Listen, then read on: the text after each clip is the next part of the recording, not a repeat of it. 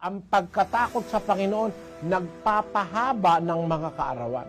Kung pwede kang dagdagan ng Diyos ng kaarawan pagka may takot ka at sumusunod ka, kapakipakinabang ka sa Diyos, pwede ka niyang gamitin sa ama, sa ina mo, sa kapatid mo, sa kapwa mo tao. Pwede ka niyang dagdagan ng mga kaarawan.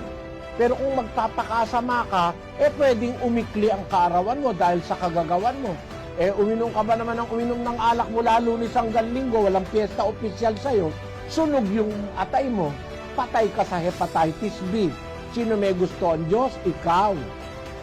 Dahil ayaw naman ng Diyos na ikaw ay maglasing. Merong tao nagpapakamatay. Sigarilyo na sigarilyo.